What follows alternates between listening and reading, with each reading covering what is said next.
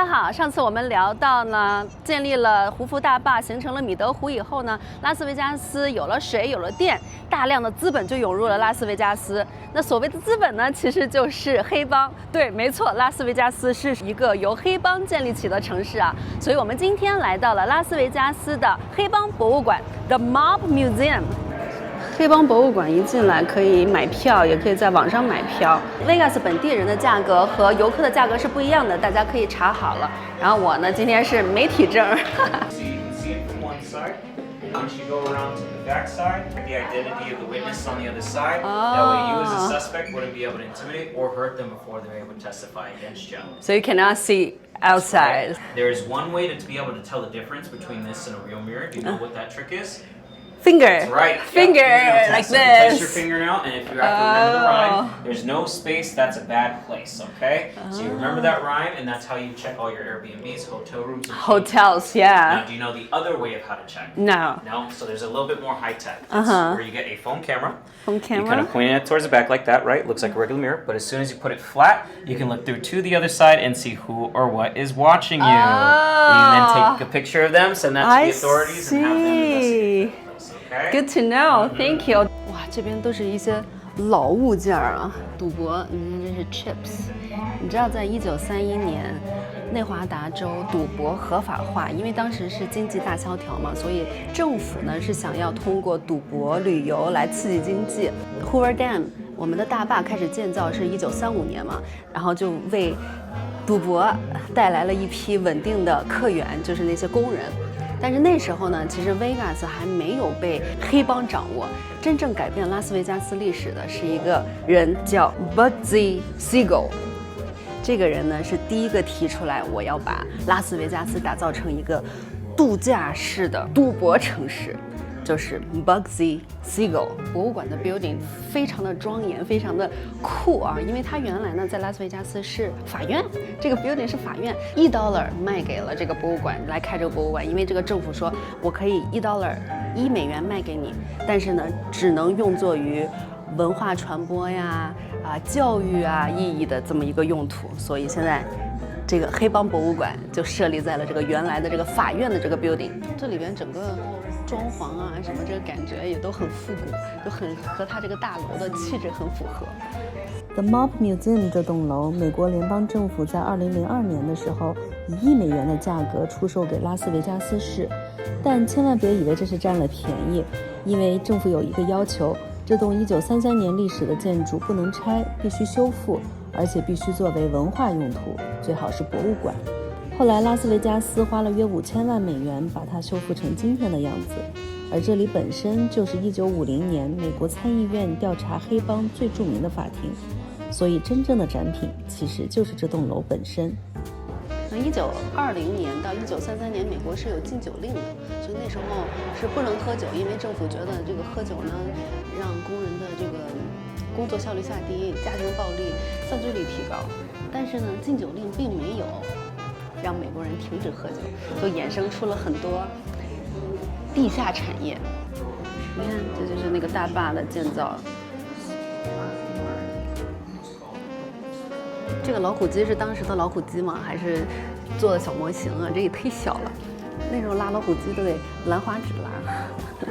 這個博物館不僅僅是介紹黑幫的博物館，它也介紹了像這邊就是 Before Las Vegas， 拉斯維加斯是什麼樣的？它也介紹了在酒店建立之前，黑幫接手之前，拉斯維加斯它是怎麼來的？比如說這有 First Lady， 還有怎麼 mapping 這個地區的。這面牆就是非常重要的大屠殺牆，情人節大屠殺牆。1929年的情人節，芝加哥沒有玫瑰，只有槍聲，7個人被假警察排成一排處決。這就是美國黑幫歷史上最臭名昭著的 St. Valentine's Day Massacre。自從那一刻起，美國人終於意識到，黑幫已經不是街頭犯罪，而是一個能挑戰城市秩序的地下帝國。這都是些黑幫老大的黑幫的 target 名字。剛才說的那個Bugsy Siegel 啊，他是1946年他建立了 Flamingo， 就是那個 Flamingo， 但大名鼎鼎的在 Vegas 大道上最中央位置的知名的酒店就是 Flamingo， 他建造的，他建立的。但是虽然说他一开始的这个经营不善，但是呢，他的确是第一个提出把拉斯维加斯作为一个度假赌博城市来这么发展的一个人啊。但是呢，因为他这个工程透支非常多的资金，被怀疑，私吞了资金，所以在1947年的时候呢，他在洛杉矶被枪杀了，到现在都不知道这哥们儿是谁杀的，都没破案。但是呢，就是1947年被枪杀了以后，他死了以后呢，50年代，1950年開始，就是從全美各地，比如說紐約啊、Kansas，還有芝加哥各地的黑幫就湧入進來，開始接管維加斯的賭場。Tax dodger 是什麼？就是偷稅漏稅的。為什麼說偷稅漏稅的呢？說1950年到1970年，不是黑幫進入掌握這個賭場嗎？他們靠什麼賺錢？就是抽水 ，skimming。就是每天這個賭場的盈利，他不報賬，他直接拿走，這樣他就不用交稅。所以呢，到1970年 ，FBI 就發現這個事兒了，就開始長期的潛伏調查這些黑幫的一些偷稅漏稅呀、這些抽水的這個賺錢的這些不法之徒。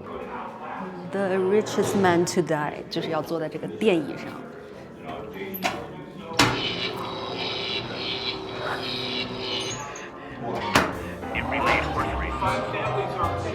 它裡邊還有講解，講這個賽馬打馬，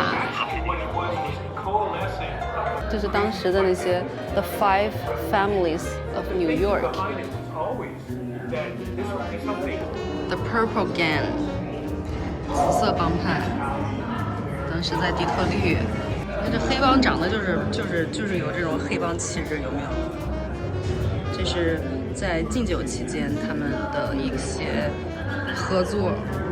走私啊，威士忌啊，從加拿大走私啊。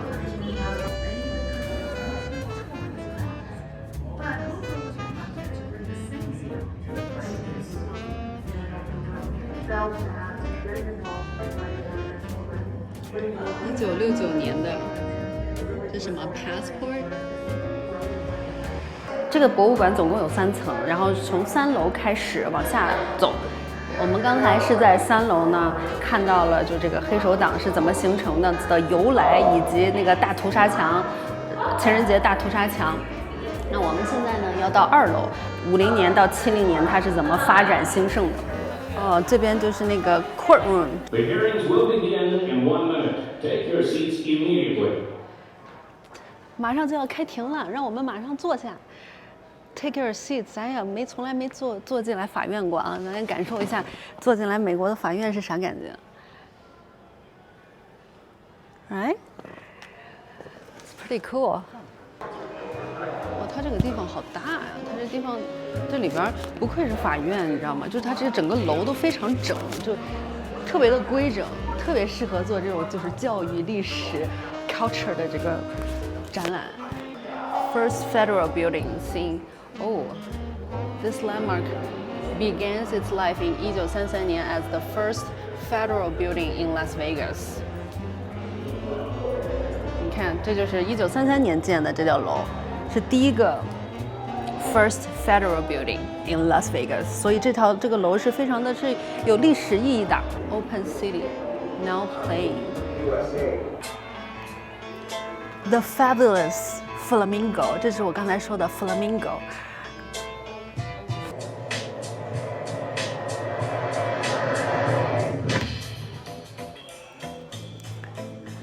那個才是正經老虎機。1950年 Flamingo 的老虎機是長這個樣子的，這個才是正經老虎機啊！剛才那個不是，這初代老虎機有沒有？是我剛才說的 Bugsy Siegel starts investing in Vegas casinos as early as 1941年，就是原版 check down payment 的 check 去買這個 Flamingo 建造的這片地的$9500。1945年的 check 是長這個樣子的。你知道到1980年，以後就各大上市企业、上市公司才过来掌管这些赌场。80年之前都是黑帮，好多人就嗅着金錢的味道來了。比如說這個年輕的 lawyer 嗅到了拉斯維加斯房地產的這個利潤啊，就聞着味兒就來了，就很吸引來了很多的人。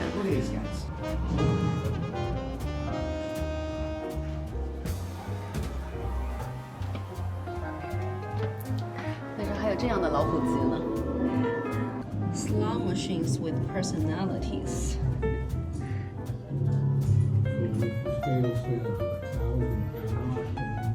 Nevada gas chamber chair. 毒气室的凳子。你知道内华達州是美國第一個實行用毒氣作為刑罰的那個第一個州。來自舊金山的華裔是坐上這個椅子的第一個人。1924年的時候，28歲的舊金山華人堂口的這個人是第一個被判刑坐上這個毒氣室椅子的。然後1977年，這個人是最後一個被內華達州 Carson City 處決的毒氣室處決的人。2樓我們也逛完了，講的是這個黑手黨、黑幫的興衰。然後我們現在到1樓，1樓呢，它有一個很有意思的就是 Crime Lab， 可以體驗法醫破案的一些小知識啊，還有一些小步驟。老的黑幫老板的下場都是什麼呢？都去哪兒了呢？ They die， 嘎了。Witness protection to prison， 坐牢了，流亡了，還有退休了。这就是黑手黨的下場，幾個下場。好多人呢，媽呀，這麼多人嗎？100 years of men and their associate， 哇，這壞人強。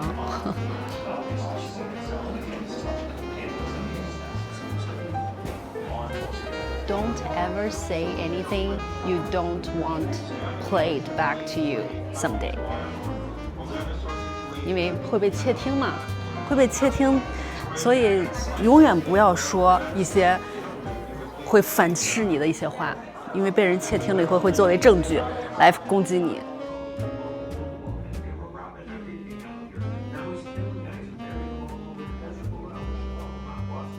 我們現在在這兒等這個 Crime Lab， 因為我們約的是5點，還有5分鐘。你來看看這個 Mob Museum， 我覺得很有意思。你就知道，就現在的拉斯維加斯的一切繁華、光亮還有秩序，它不是形成的自然而然的，它是經歷了一個長期的混亂、博弈、清理和重建，然後成為了現在的拉斯維加斯。所以，對歷史感興趣，對這段小眾文化感興趣的朋友可以來看看，很有意思。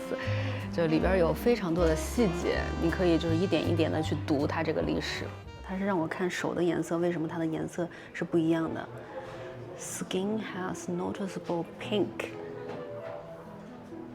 就他的手為什麼是手指尖為什麼是粉紅色的？根據這個屍體的一些appearance， 一些現狀來考你，來讓你學習法醫是怎麼判斷這個人的死因的。對。人體死亡後，在大量的什麼細菌啊分解的過程當中，人會脹氣，然後就形成巨人觀。所以它這個裡邊它就會讓你去選，就是為什麼它會形成脹氣，還蠻有意思的。它總共有3個案件，然後呢，你可以有3個屍體可以去看法醫到底是通過這些特徵，屍體的特徵怎麼判斷這個人的死亡時間以及原因的。就在掃我的指紋了，哇，他這個指紋這麼清楚嗎？你看，這是我的這個食指指紋 （index finger）。它這個指紋它是有不同的形狀，有這個條形的，有 loop 型的，還有圈形的。我這是啥呀？我這是圈吧，我这斗，咱們的中文叫斗和簸箕。你看它光斗它光斗它就分各种斗，它就分各种形状的斗，所以我这个应该是属于哪种斗啊？完，我这眼神儿，当法医当不了啊，这个吧 ，yes， 太难了，这个对比指纹太难了。他说我选錯了，然後我有可能我的指紋被認成一個黑幫成員的指紋，但沒關係，就這樣吧。很多人的指紋都。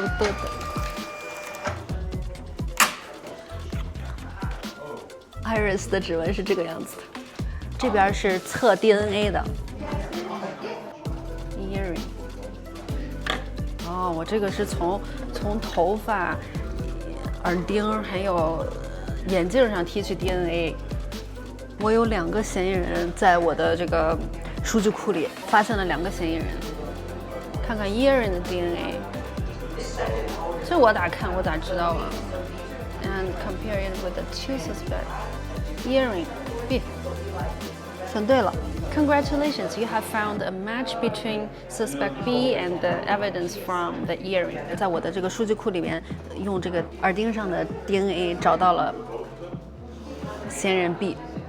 人類和香蕉是 share DNA 的，是有 DNA 相同之處的，10%的，50%到60%的 DNA 和香蕉是一樣的。Human shares about how much of their DNA is with bananas. 50%到60%的，還蠻有趣的這個。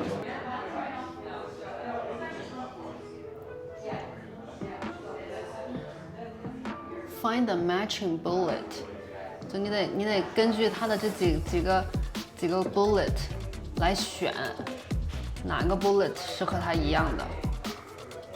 Oh no， 這哪看得出來啊？這個是吧？是不是這個？我也不知道。還有的是用這個一看就是被打的，這一看就是拿那種鈍器擊傷被打的，不是拿銳器，肯定是拿鈍器。你看 a gunshot， 所以你還得根據他的腦殼去分析他的這個死亡原因。這個是啥呀？這邊出來還有一個小禮品店，哇喲，這小禮品店也蠻有趣的哦。呵呵，買點衣服啊什麼的，黑手黨的衣服嗎？黑幫衣服嗎？啊，這不那個教父嗎？教父真的好好看。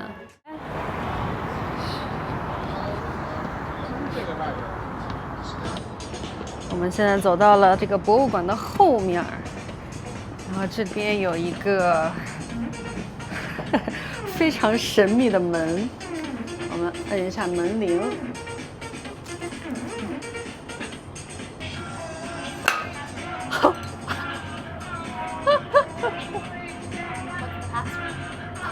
I don't have password, but I do. I cannot come in. The Mob Museum 的地下酒吧，这為什麼叫地下酒吧呢？就是因為在禁酒時期，剛才那個女生讓我說 password， 我沒有 password， 就是我要敲門，摁門鈴，然後她從那個小門縫裡看我得有通關密語，她才能讓我進來喝酒，要不然不行。就是禁酒時期的這個喝酒禮儀、喝酒的規定啊。就這個酒吧從剛才那個樓下邊也可以下來，樓梯下來也可以下來，也可以從就是外部，我們剛才是從外部走了一個往下走了一個樓梯繞下來了，就是能感受它這個就是禁酒時期這個偷偷摸摸喝酒的感覺。我們有 Media Pass， 所以感謝我們的Mob Museum 送我們2個 free drink。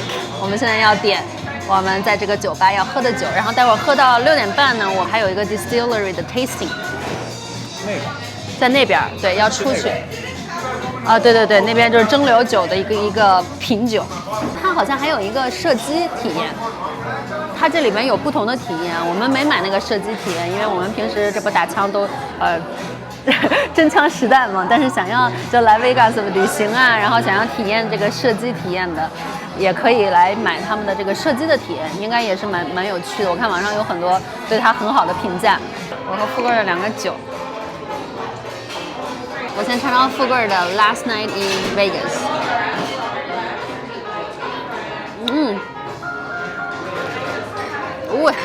這是什麼？vodka 和咖啡，還挺清爽的。我這個是 Bird Beats Knees。你知道他這邊啊，不是有禁酒嗎？之前有禁酒令嘛。然后他這個酒吧裡邊，它不就是地下酒吧？然後它有的飲料，有的那個喝的，它是用一個書，它是放在那個杯子裡，就有點像那個 whisky 杯啊。然後呢，它是放一個那個假書裡邊，然後遞給你，就給人感覺就是你知道，就是禁酒令的時候，就是不敢喝酒，不让喝酒，然後就用這麼個方法給你喝酒的感觉。所以整個這個酒吧也是延續了就禁酒令時的，就是美國人是怎麼喝酒的。那時候美國人還是照樣喝酒，該喝酒喝酒，所以就是什麼私人釀造廠啊，什麼走私啊，還有什麼賄賂警察呀、官員呀，就這些就都出來了。酒吧也是就是和这個 Mob Museum 整個都是一整套的這麼一個體驗，我覺得特別好。我知道我調的酒為什麼賣相不好了，我們缺這個杯子。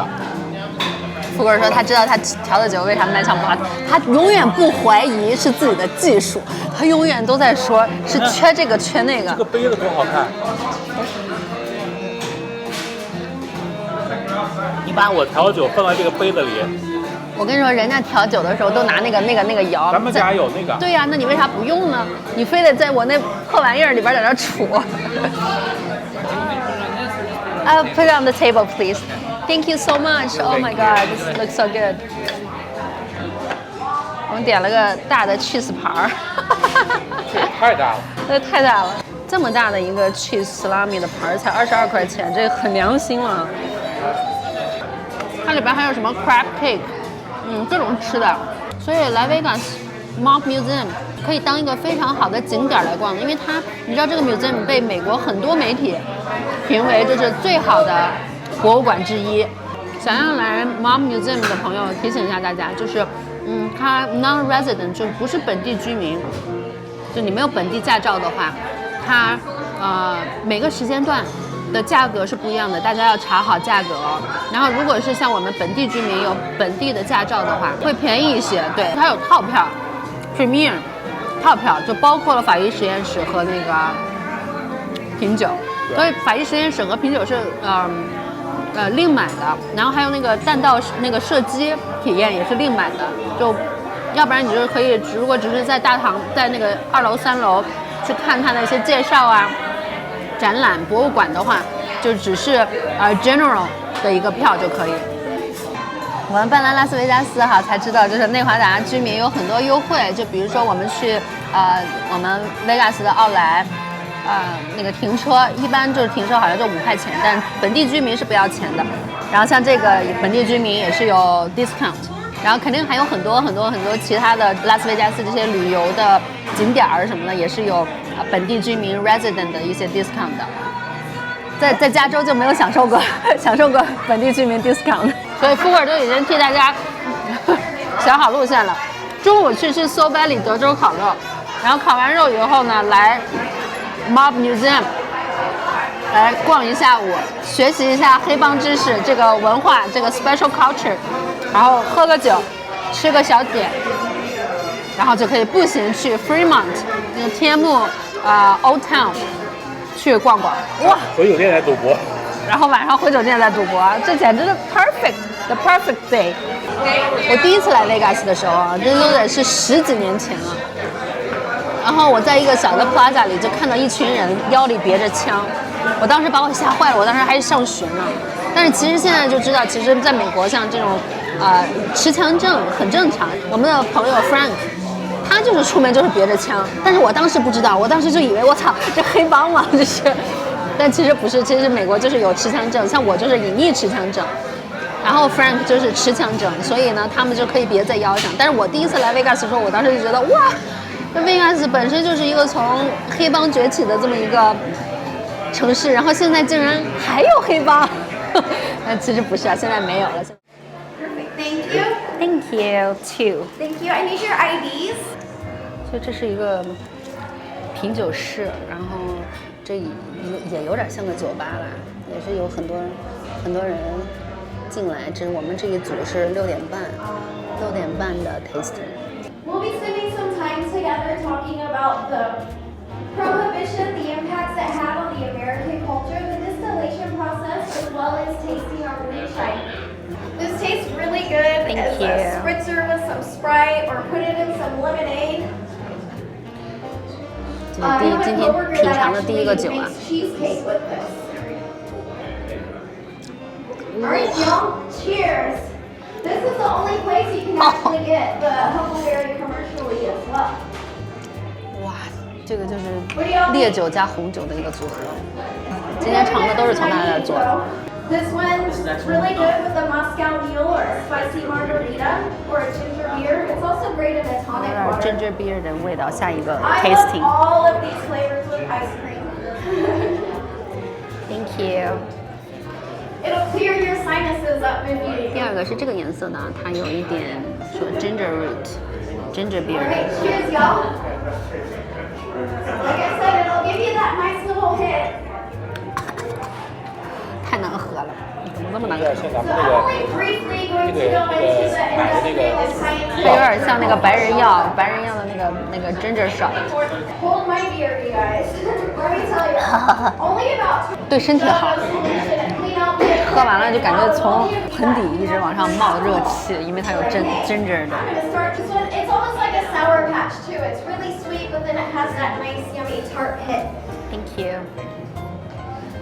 The fuzz 长这个样子，刚才那个叫 ginger Jake。 Ginger, right? All right. Who likes Fun. the huckleberry the most? All right. 但 Who 是里 likes 边有一股 the 桃子的味道，很重的桃子的 All 味 right. 道。 Who likes the peach the most? Ooh. Perfect. We have just about a whole variety.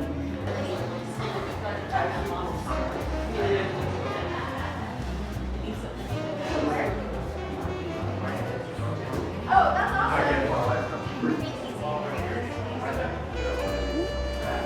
从啤酒出来还拿了一个，这个。